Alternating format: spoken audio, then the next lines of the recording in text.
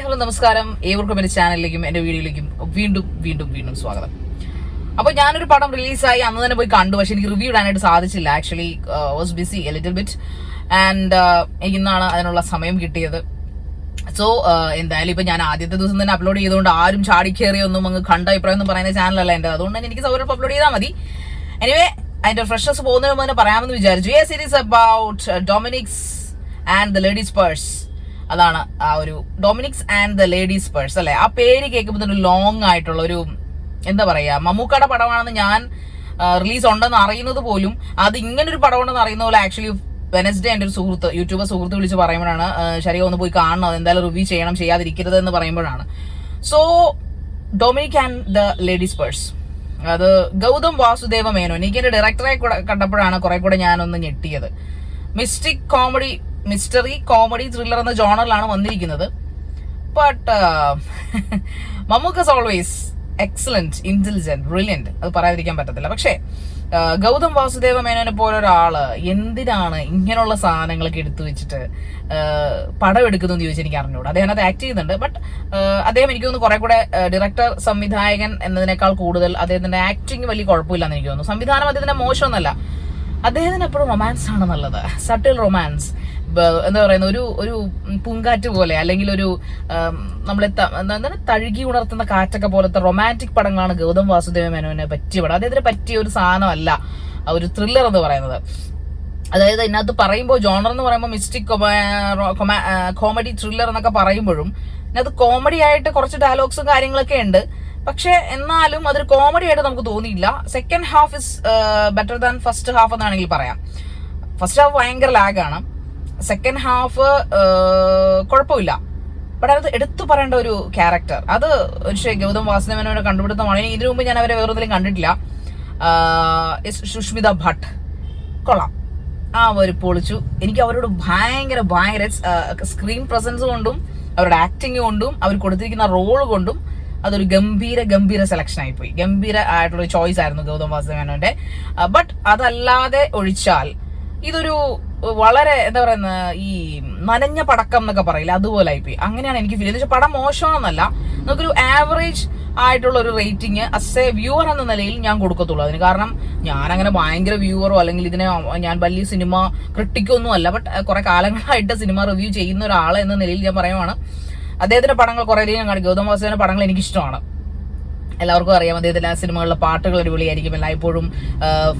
ഈ പറയുന്ന സിനിമാറ്റോഗ്രാഫി അല്ലെങ്കിൽ അതിന്റെ ലൊക്കേഷൻസ്, മ്യൂസിക്, ഇതൊന്നും നമ്മൾ കേട്ടിട്ടില്ലാത്ത സംഭവങ്ങളൊക്കെ ആയിട്ട് അദ്ദേഹം വരാറുണ്ട്. എനിക്ക് ഭയങ്കര ഇഷ്ടമാണ് അദ്ദേഹത്തിന്റെ ഡിറക്ഷൻ.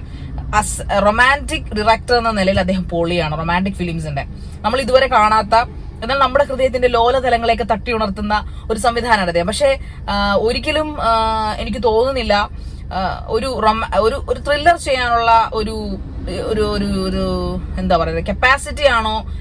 ചില ആൾക്കാർ അങ്ങനെയാണ്. ഇപ്പോ കുറ്റാന്വേഷണ നോവലുകൾ എഴുതുന്ന കുറെ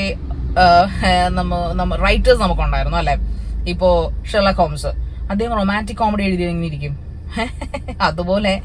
അതുപോലെ തന്നെയാണ് ഗൗതം വാസുദേവ മേനോൻ റൊമാൻറ്റിക് ഫിലിം എടുക്കുന്നതിന് പകരം അത് മിസ്റ്റിക് കോമഡി ത്രില്ലർ ആയാലും മിസ്റ്ററി ത്രില്ലർ ആയാലും എന്ത് ത്രില്ലർ എടുത്താലും അദ്ദേഹത്തിന് അതിനൊരു റൊമാൻറ്റിക് ടച്ച് ഉണ്ടാവുമെന്ന് എനിക്ക് തോന്നുന്നു. Romantic touch in the sense ഒരു സോഫ്റ്റ് ടച്ച് അതിനകത്ത് എല്ലായ്പ്പോഴും ഉണ്ടായിരിക്കും എന്നാണ് അദ്ദേഹം പോലും അറിയാതെ. കാരണം അദ്ദേഹത്തിന്റെ ഒരു കൈയെഴുത്തിൽ, അദ്ദേഹത്തിന്റെ ഒരു ടച്ചിൽ എപ്പോഴും ഒരു സട്ടിൽനെസ്, ഒരു റൊമാൻസ് അദ്ദേഹത്തിന്റെ സംവിധാനത്തിലാണ് കേട്ടോ. അദ്ദേഹത്തിന്റെ അഭിനയത്തിൽ അദ്ദേഹം വില്ലനൊക്കെ ആയിട്ട് അഭിനയിച്ചിട്ടുണ്ട്. പക്ഷെ സിനിമ ആസ് എ ഡയറക്ടർ എന്ന രീതിയിൽ വരുമ്പോഴത്തേക്ക് സ്ക്രീൻ പ്ലേയും അദ്ദേഹം തന്നെയുണ്ട്. അപ്പോ അങ്ങനെ വരുമ്പോൾ എനിക്ക് ഗൗതം വാസുദേവനെ കുറിച്ച് തന്നെയാണ് അത്. അദ്ദേഹം ഇങ്ങനെ ഒരു ചിത്രം എടുത്ത് വെറുതെ സമയം കളയണ്ടായിരുന്നു എന്നാണ് എൻ്റെ ഒരു പേഴ്സണൽ അഭിപ്രായം. സമയങ്ങളെന്ന് വെച്ച് കഴിഞ്ഞാൽ അത് കുറച്ച് ലോങ് ആയിട്ടുള്ള ഒരു സിനിമയാണ്. 152 മിനിറ്റോളം പടമുണ്ട്, കണ്ടിരിക്കാം. സെക്കൻഡ് ഹാഫ് വരെ നമുക്ക് ഫസ്റ്റ് ഹാഫ് വരെ ഓക്കെ, ലാഗ് ചെയ്ത് ഒരുപാട് ലാഗ് എന്ന് പറയുന്നത് അവിടെ ഇവിടെ ലാഗ് ഉണ്ട്. പിന്നെ സുരേഷ് ഗോപിയുടെ മകൻ ഗോകുൽ അഭിനയിച്ചിട്ടുണ്ട്. ഗോകുലിനെ എനിക്ക് അറിഞ്ഞൂടാ, ഗോകുലിനെ എന്തിനാണ് അങ്ങനെ റോൾ എടുത്തു വെച്ചിരിക്കുന്നത്. എപ്പോഴും മമ്മൂട്ടിയെ as A person or as A character, അതിൽ അഭിനയിക്കുന്ന ക്യാരക്ടർ എന്ന നിലയിലും അതിലെ എന്ത് രീതിയിലും എപ്പോഴും മമ്മൂട്ടിയെ ഇങ്ങനെ ബൂസ്റ്റ് എന്ന് പറയാൻ പറ്റില്ല, പൊങ്ങച്ചം പുകഴ്ത്താൻ വേണ്ടി കുറച്ച് ആൾക്കാരെ രാജാക്കന്മാർ നിർത്തത്തില്ലേ, അതിനൊരു പേരുണ്ടല്ലോ, ആ പേര് ഞാൻ മറന്നുപോയി. അങ്ങനെ ഒരാളായിട്ടാണ് ഗോകുൽ എനിക്ക് ഫീൽ ചെയ്തത്. എപ്പോഴും മമ്മൂക്കയെ അല്ലെങ്കിൽ ഒരു ക്യാരക്ടർ അതിനകത്ത് അഭിനയിക്കുന്ന ഒരു പ്രൈവറ്റ് ഡിറ്റക്റ്റീവ് എന്ന ഒരു ക്യാരക്ടറാണ് അതിനകത്ത് മമ്മൂട്ടിക്ക് അദ്ദേഹത്തിന്റെ PA ആയിട്ട്, അദ്ദേഹത്തിന്റെ അസിസ്റ്റന്റ് ആയിട്ട്, നോട്ട് PA, അസിസ്റ്റന്റ് ആയിട്ടാണ് ഗോകുൽ അതിനകത്ത് വരുന്നത്. എപ്പോഴും തന്റെ ബോസിനെ പുകഴ്ത്താൻ മാത്രമാണ് വാ തുറക്കുന്നത് ഗോകുൽ എന്ന കഥാപാത്രം, അല്ലെങ്കിൽ ഗോകുലായിട്ട് അഭിനയിക്കുന്ന കഥാപാത്രമായിട്ട് അഭിനയിക്കുന്ന ഗോകുല് ചെയ്യുന്നതായിട്ട് ഒരു പ്രേക്ഷകന് എനിക്ക് തോന്നി, ഒരു പ്രേക്ഷകയ്ക്ക് തോന്നി. സോ അതുകൊണ്ട് തന്നെ എനിക്ക് അറിഞ്ഞൂടാ ഗോകുലിന്റെ ഒരു പ്രസക്തി അതിനകത്ത് എന്തായിരുന്നു, അല്ലെങ്കിൽ ഇങ്ങനെ ഒരു റോൾ കൊടുത്തതിന്റെ പ്രസക്തി ചിലപ്പോൾ റൊമാൻസ് കളിക്കാനായിരുന്നായിരിക്കും. ബട്ട് ഇറ്റ്സ് അബ്സേർഡ് എന്ന് എനിക്ക് തോന്നിയിട്ടുള്ളത്. ഇറ്റ്സ് അബ്സേർഡ്, ടോട്ടലി അബ്സേർഡ് ആണ്. സോ ഓക്കെ മൂവിയാണ്, ബട്ട് നമുക്കൊരു എബവ് ആവറേജ് കൊടുക്കാനും പറ്റില്ല. കാരണം ഒരുപാട് നല്ല മിസ്റ്റിക് കോമഡി അല്ലെങ്കിൽ മിസ്റ്റിക് ത്രില്ലേഴ്സ് ഇറങ്ങുന്ന ഒരു കാലഘട്ടത്തിലാണ് നമ്മൾ മലയാളികൾ ഇന്ന് ജീവിക്കുന്നത്. സോ ഗൗതം വാസുദേവ മേനോനെ പോലെയുള്ള അടിപൊളി റൊമാൻറ്റിക് പടങ്ങൾ എടുത്ത ഒരാൾ ഒരു പരീക്ഷണാർത്ഥം മമ്മൂക്കയെ പോലുള്ള ഒരു ജീനിയസിനെയൊക്കെ വെച്ച് ഇങ്ങനെ ഒരു പടം എടുക്കുമ്പോൾ കുറച്ചുകൂടെ ശ്രദ്ധിക്കണമായിരുന്നു. അദ്ദേഹം വേണമെങ്കിൽ ഒരു അവാർഡ് ആർട്ട് ഫിലിം അദ്ദേഹത്തിന് എടുക്കാമായിരുന്നു, ഗംഭീര സക്സസ് ആയേനെ, ഇപ്പൊ കാതലൊക്കെ പോലെ. ബട്ട് ഇതൊരു മോശം ജോണർ ആയിപ്പോയി, അല്ലെങ്കിൽ ഒരു മോശം സെലക്ഷൻ ആയിപ്പോയി. ബട്ട് കല ഈസ് ഓൾവേസ് ഗുഡ്.